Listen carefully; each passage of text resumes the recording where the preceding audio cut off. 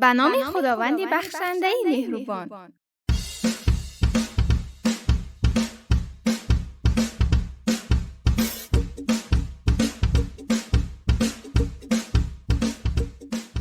سلام به همه دختران و پسران شجاع تاجیکستان. دوست رو یکانم خوبه؟ سلامتید؟ امیدوارم همیشه سرتان بلند باشد و در لبانتان خنده.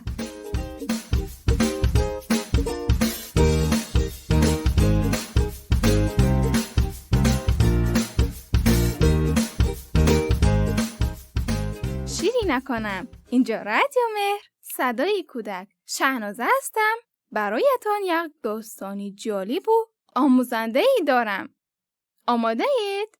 پس قصه من را شروع میکنیم.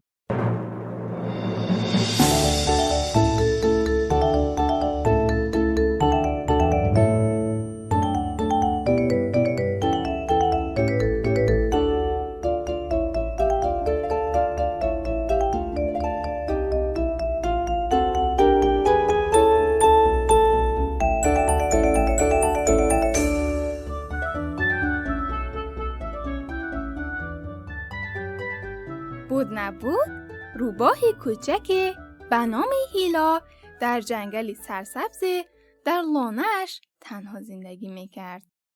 او روزها به دنبال شکار بود و شبها با دوستانش در جنگل بازی میکردند.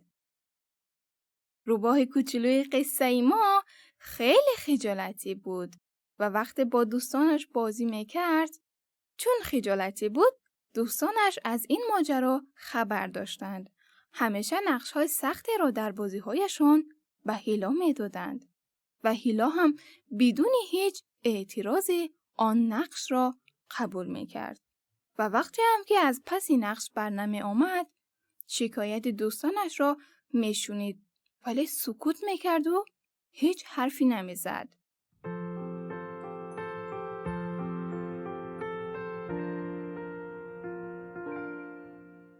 یکی از روزها وقتی هیلا در جنگل مشغول قدم زدن بود، متوجه یک صدای شد. از سمت دریاچه که نزدیکی آن بود شنیده می شد. با سرعت خودش را به دریاچه رسانید و فهمید که روباه در آب است. آن روباه خیلی شبیه هیلا بود. بچه ها، ولی هیلا از بس خجالتی بود با آن روباه حرف نزد و آن روباه هم ساکت بود و فقط به هیلا نگاه میکرد. بعد از مدتی که هیلا و دوست جدیدش به همدیگر نگاه میکردند، ناگهان یک پلنگ بزرگی رو در روبروی خودش دید که خودش رو برای شکار هیلا آماده کرده بود. بله بچه ها، هیلا تا آن زمان نفهمید که آن روباهی که در آب دید کاملا شبیه خودش است. تصویر خودش در آب بوده است و او از بس خجالتی بود و حرف نزد.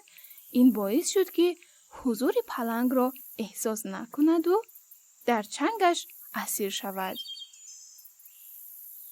ولی خوشبختانه روباه قصه ما خیلی زود متوجه حمله پلنگ شد و زود خودش را از خطر نجات داد. صبح روز بعد وقتی هیلا از خانه‌اش بیرون آمد تا به شکار برود، دوستانش را دید که برای پیدا کردن شکار مشغول کشیدن نقشه هستند.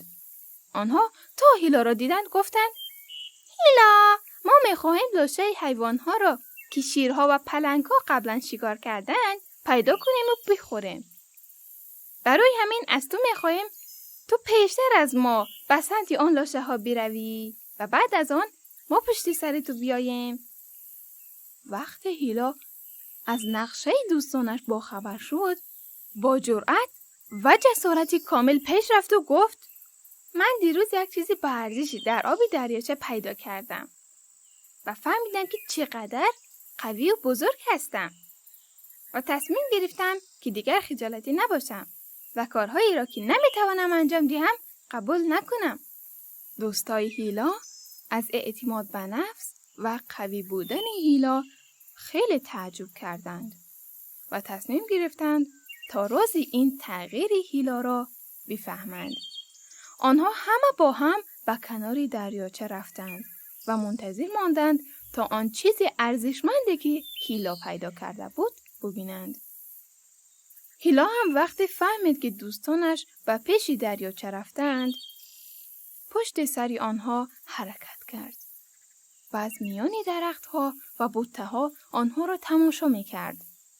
دوستان هیلا یک مدت بدون هیچ عکس‌العمل منتظر ماندند و به آب دریاچه چشم دوخته بودند.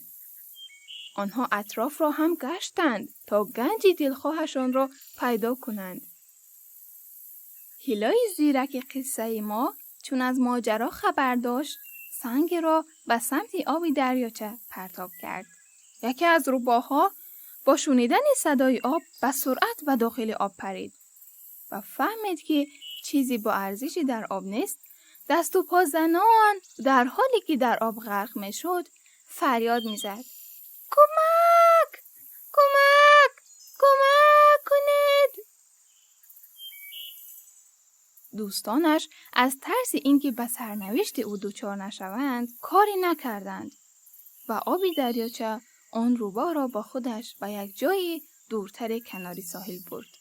بله بچه های گلم، دوستان هیلا هر طوری که بود میخواستند به آن چیزی با ارزشی که هیلا به آن رسیده بود برسند. همچنان منتظر ماندند تا اینکه ناگهان پلنگی وحشی آرام آرام به آنها نزدیک شد و حمله کرد. روباهای بیچاره به سرعت می‌گریختند و پلنگ هم به دنبال آنها به سرعت بیشتری می‌دوید تا اینکه بالاخره روباه بچه‌ها توانستند خودشان را به سوراخی که زیر یک درخت خیلی کلان بود برسانند و از دست پلنگ نجات پیدا کنند. هیلای قصه ما که همه این اتفاقات را تماشا می‌کرد و از همه حیوانها خبر داشت، به لانه‌اش برگشت و منتظر ماند تا دوستانش به لانه‌هایشان برگردند. شب شده بود که دوستان هیلا با خستگی زیاد و گرسنگی فراوان به لانه‌هایشان رسیدند. آنها از ترس پلنگ تا نصف شب در سوراخ زیر درخت پنهان شده بودند و بعد از آن به سمت خانه‌هایشان حرکت کردند. هیلا با دیدن دوستان خودش که خسته و گرسنه و البته کمی هم عصبانی بودند نزدیک رفت و گفت: دوستانی عزیزم، توانستید آن چیزی با ارزشی که در آب دریاچه بود پیدا کنید؟ دوستان هیلا بدون اینکه حرف بزنند به خانه‌هایشان رفتند.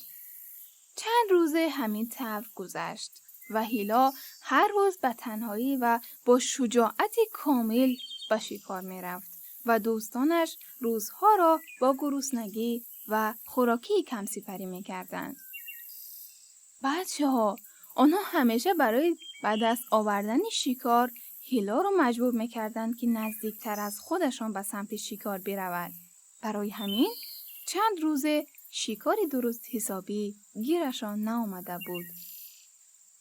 دوستان هیلا طاقت نآوردند و دوباره با کمال ناامیدی به سمت دریاچه رفتند.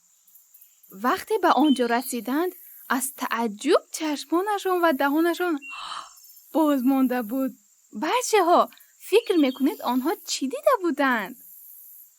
بله، آنها چشمهایشان با خوراکی‌های خوشمزه خورد که کنار دریاچه بود. آنها از بس گرسنه بودند اصلاً به این فکر نکردند که این خوراکی‌ها ممکن است از کجا آمده باشد و همگی با هم به سمت خوردنی‌های خوشمزه دویدند و تا سیر شدنشان غذا می‌خوردند. بعد از یک مدتی ناگهان هیلا به نزدشان آمد. آنها فهمیدند که این همه خوراکی‌های خوشمزه جمع آوری شده شکار هیلا بوده است و همه از او تشکر کردند. وقتی از هیلا پرسیدند آن چیزی با ارزشی که تو را آنقدر قوی کرده است چی است؟ هیلا در جوابش گفت خودم.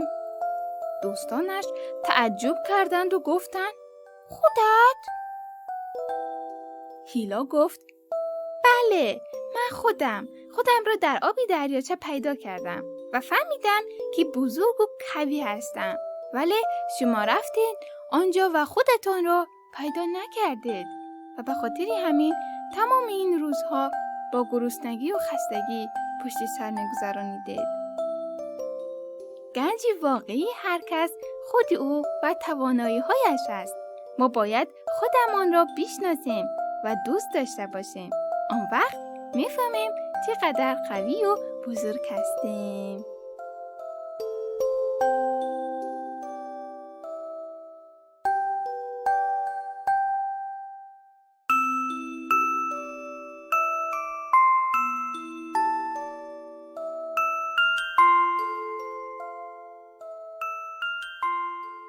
بله بچه‌های عزیز، روباه کوچولوی قصه ما و دوستانش فهمیدند که اعتماد به نفس داشتن باعث می شود تا همیشه در زندگی و کارها موفق باشی. بچه‌های عزیزم، امیدوارم از داستان امروزمون لذت برده باشید. تا داستان و قصه بعدی و افسانه‌های بعدی، خدا یار و نگهدار شما. خدا حافظ.